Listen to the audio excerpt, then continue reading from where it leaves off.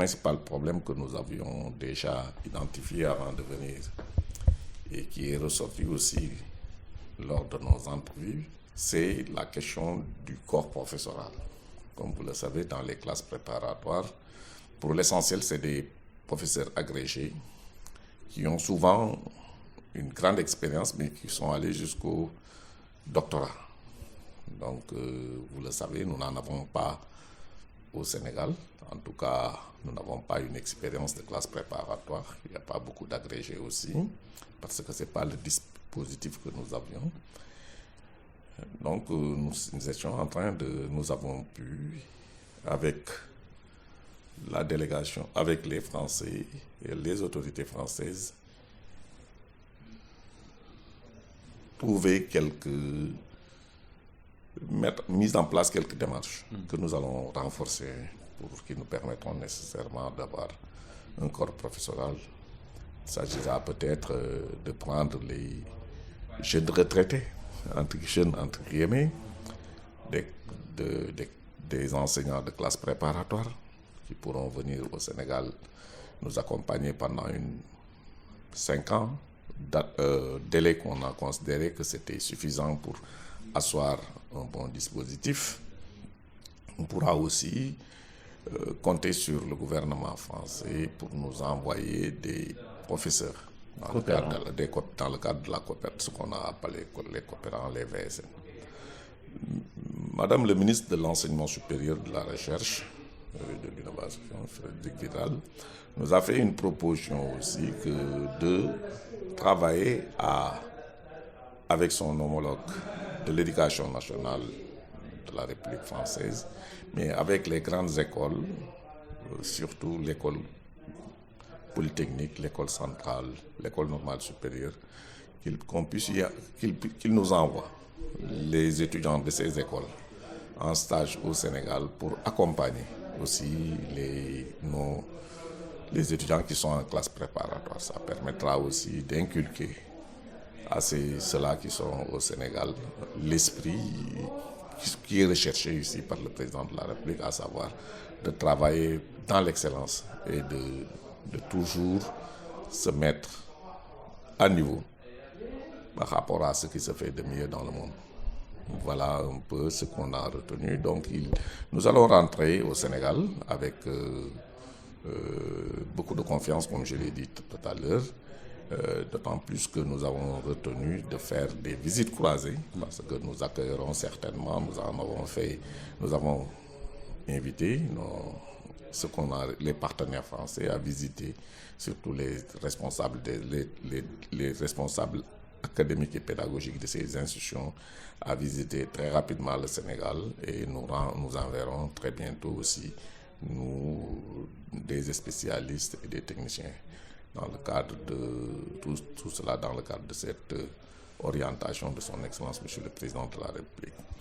Ce qui est important, ce qu'il faut noter d'important, c'est qu'à l'école normale supérieure, nous avons échangé avec la direction qui a montré de bonnes dispositions à nous accompagner dans la préparation de nos enseignants pour l'agrégation, mais aussi de créer les conditions pour que des Sénégalais soient recrutés pour faire la formation à l'école normale supérieure.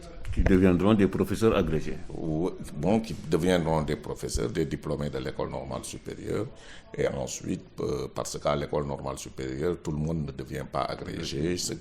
Mais ceux qui aspirent à devenir des enseignants, ils font l'agrégation dans une grande proportion, ils réussissent. Voilà un peu ce qu'il faudra retenir.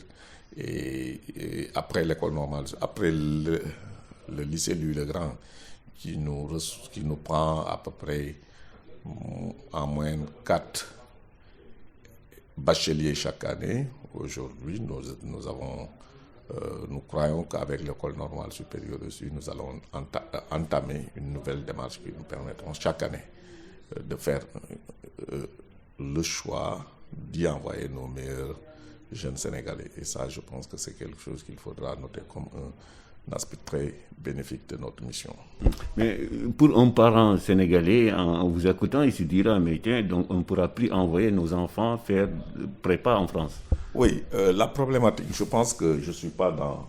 Je pense que le président de la République, il a fait une analyse concrète de la situation concrète. Jusqu'à une date très récente, nous avions quelques dizaines de demandes pour aller faire les classes préparatoires. Mais cette année, nous en avons reçu des centaines.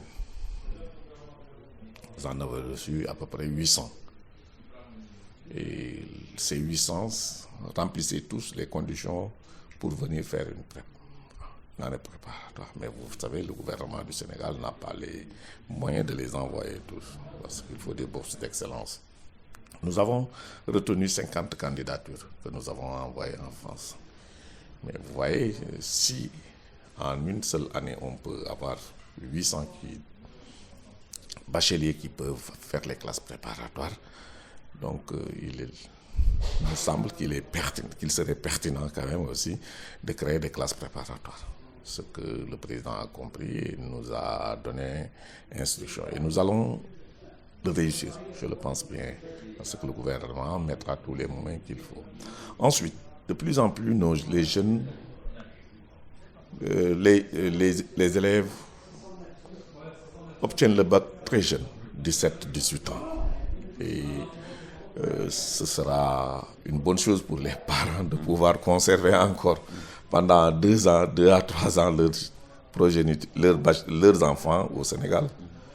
Ça leur permettra de se confronter à la vie estudiantine, donc de s'aguerrir un peu pour venir par la suite en France. Et je pense que cela aura un impact très bénéfique dans leur formation. Mais ce qu'il faut retenir, les classes que nous allons ouvrir au Sénégal ne devront pas seulement permettre aux meilleurs Sénégalais d'accéder dans les meilleures écoles de France, comme l'école polytechnique, l'école normale supérieure. Non, nous avons aussi l'ambition de revoir le dispositif national pour que nos grandes écoles sur place aussi puissent s'adapter pour que les élèves qui auront fait ces classes préparatoires puissent y faire leurs études dans de meilleures conditions.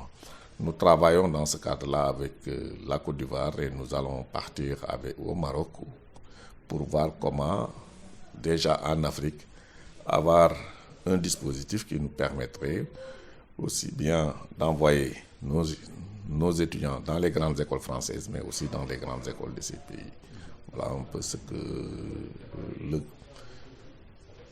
dispositif sur lequel nous réfléchissons. Et la contrainte démographique au Sénégal nous y oblige aussi. Quand on a un pays où les 3/4 de la population sont composés de jeunes qui ont moins de 35 ans, voilà, il faudra être très innovant, surtout dans le domaine de la formation.